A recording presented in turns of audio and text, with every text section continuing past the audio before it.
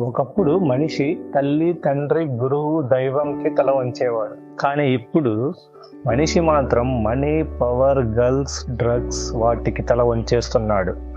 మనిషికి ఏదో ఒక ఇల్యూషన్ లేకపోతే బ్రతకలేడు. అందుకే నీషే ఒక మాట చెప్పాడు, మనిషికి ఏదో ఒక భ్రమ కావాలి. ఆ భ్రమ లేకపోతే సమాజమే వాడిని పిచ్చోడిగా మార్చేస్తుంది. మనిషి ఎప్పుడు ఖాళీగా ఉండలేడు. ఎప్పుడు ఏదో ఒక మత్తు కావాలి. అది అమ్మాయిల పిచ్చి కావచ్చు, పవర్ కోసం పాకులాట కావచ్చు, మనీ కోసం పరుగు కావచ్చు, డ్రగ్స్ లో మునిగి తేలవచ్చు, లేదా దైవం అనే పేరుతో భక్తి కావచ్చు. ఏ మత్తు లేకపోతే మనిషి తనను తానే భరించలేడు. కానీ అసలు నిజం ఏమిటంటే, ఈ పిచ్చిని మనిషికి ఇంజెక్ట్ చేసింది మాత్రం ఈ సొసైటీయే.